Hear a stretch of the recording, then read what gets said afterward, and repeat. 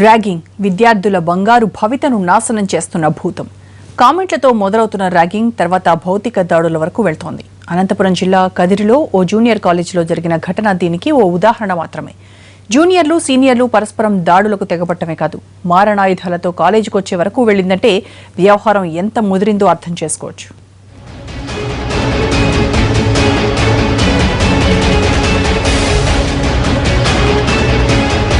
అనంతపురం జిల్లా కదిరి రూరల్ మండలం కుమ్మరవాండ్లపల్లిలోని spice junior college ఇది.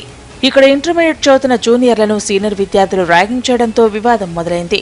జూనియర్ విద్యార్థి సాయిని సీనియర్లు ఆట పట్టించడంతో అతను ఎదురు తిరిగాడు. మాటా పెరిగింది.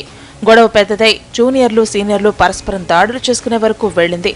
అయితే ప్రత్యర్థిపై దాడి చేయడానికి సాయి కత్తి కాలేజీకి తీసుకురావడంతో విషయం పోలీసుల వరకు వెళ్లింది. చిన్నగా మాట్లాడుకునే మాట అది యూటీజింగ్ అయిపోయటం, ఇద్దరు ఒక గ్రూపులుగా ఏర్పడేంత దాకా పోవడం జరిగింది. ఒక చిన్న వ్యక్తిగతంగా అతను విమర్శించడంతో అతను ఫీల్ అయ్యేసి ఒక దెబ్బ కొట్టడం, దెబ్బతిన్న అతను నన్ను కొట్టాడు కదా, ఎట్లయినా నేను అని కొట్టాలనే దాంతో అతను ఈ విధంగా తీసుకున్నాడు. ఇద్దరిని కూడా కాలేజీ మేనేజ్మెంట్ 15 రోజులు సస్పెండ్ చేశారు. ఇంకా ఏమైతే ఉన్నాయో అసలు ఈ గొడవ కారణం ఇంకేమైనా ఉన్నాయని చెప్పేసి ఎస్ఐ ధర్ణబాబు వస్తారు. ఇవాళ ఈవినింగ్ అందరిని పిలిపించేసి పూర్తిగా విచారిస్తారు. ఇంత జరిగిన కాలేజీ యాజమాన్యం మాత్రం ఏమీ పట్టనట్టు వ్యవహరిస్తోంది. గొడవపడ్డ విద్యార్థుల్ని సస్పెండ్ చేశామని, మారణాయుధంతో వచ్చిన విద్యార్థిని మాత్రం కాలేజీ మానేయాల్సిందిగా సూచించామన్నారు ప్రిన్సిపాల్. 1 అవర్ క్లాస్ జరిగింది. మళ్ళీ ఇంటర్వెల్ అంటే 10:45 అట్లా 10:45 అట్లా మళ్ళీ గొడవ పడినారు పిల్లలు. ఆ గొడవ పడితే మళ్ళీ మేమందరూ వచ్చి చూస్తే ఒక పిల్లోడు కత్తి తెచ్చుకున్నాడని చెప్పినారు పిల్లలు. అది చూస్తే కత్తి దొరికింది.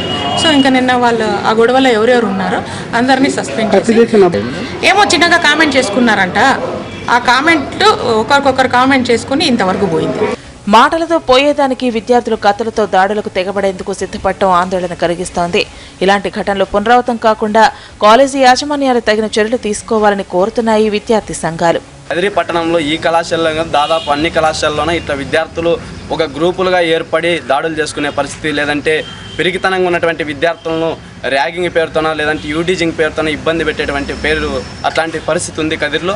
అందువల్ల ఇప్పటికైనా పోలీస్ అధికారులు లేదంటే కళాశాల యాజమాన్యాలు ఇట్లాంటి పద్ధతులు ఉన్న విద్యార్థులను అవగాహన కల్పించి ఏదైతే జరిగిన సంఘటనలు పునరావృతం కాకుండా కఠిన చర్యలు తీసుకోవాలని ఈ సందర్భంగా డిమాండ్ చేస్తా ఉన్నాం. చదువుకోవడానికి కాలేజీకి రావాల్సిన విద్యార్థులు గొడవలకు దిగటం, రౌడీల్లా ప్రవర్తించడం, బంగారు భవిష్యత్తును నాశనం చేసుకోవటం ఆందోళన కలిగిస్తోంది.